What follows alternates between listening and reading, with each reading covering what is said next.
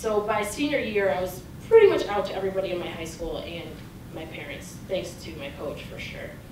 I went away to college to a big university, like 20-some thousand, about 2 hours south, and it's the second largest city in Michigan called Grand Rapids, and I thought that it would be much more liberal, which I think, I don't know, it is and it isn't. It's a really Christian conservative community, Christian reform, and the whole religious thing was something that I hadn't really been exposed to in my childhood. It took me a while to come out to my roommate, who I was put in blind with. We ended up being good friends. She was great. The university as a whole is public and supportive of LGBT students, so I did feel really good, and I had 2.5 years of meeting new friends and being really nervous about coming out to them, and then remembering the progress I had made in high school and coming out to them anyway. Once I was accepted into nursing school, I knew that then it goes from random classes of, you can kind of be anonymous in a school of 20-some thousand, to 64 people 5 days a week for a year and a half straight in the summer. So clinicals and classes are all with these same 64 people. And I remember coming home to my roommates who I was out in every aspect of my life and asking them, should I be out to this class? And why shouldn't I? Why should I? I knew through having science lectures with them and knowing who was getting into this program that it was a really conservative cohort. And that made me really nervous. It's kind of this predicament I always found myself in. Do I build a friendship first and gain their trust so that when you come out, they can't deny you anymore because you know that there's this level of understanding and hopefully love that they have for you as a friend? Or do you just tell them off the bat, and if they write you off, then you lost nothing because you didn't gain anything, or you didn't invest anything anyway? So I decided to try and gain their respect first. If I'm professional and I'm intelligent and I'm invested in my community and my class, how can they deny me after I come out? So I stayed in the closet. And because of the class discussions we would have about ethics around healthcare, I was always thankful that I did, because some of their opinions were just shocking to me, coming from a really liberal home and feeling supported up to this point.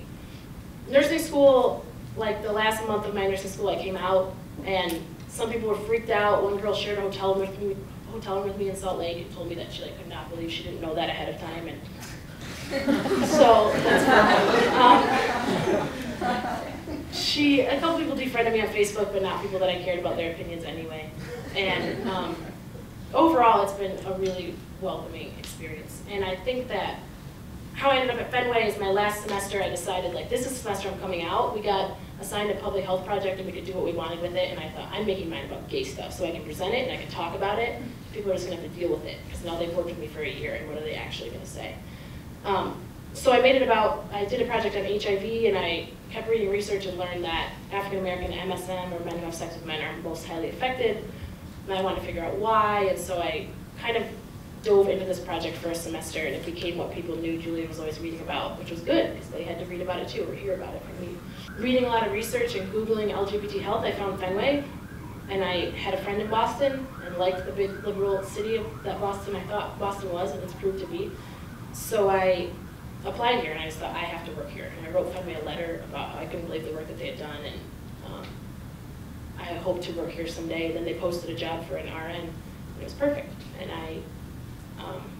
at that time, I felt like I had talked to nursing faculty enough on my project that I could send them all the job description, and they worked with me because they knew that this would be a place that I would really succeed, or would probably be initially happy in. So it became really cool because I went into the program being in the closet, and by the end, at least faculty were behind me and helping me find this job that was totally revolving around LGBT health. So now I'm here, and I've been really happy since the day I arrived at Fenway. And I have moments of feeling guilty of not being out the whole time in nursing school, because maybe I could have changed some minds if it wasn't so initial, and at the end it's really easy to cut someone out when they don't have to see me again, and I moved to Boston. It's really easy to defriend someone on Facebook or talk about them when they're not even living there.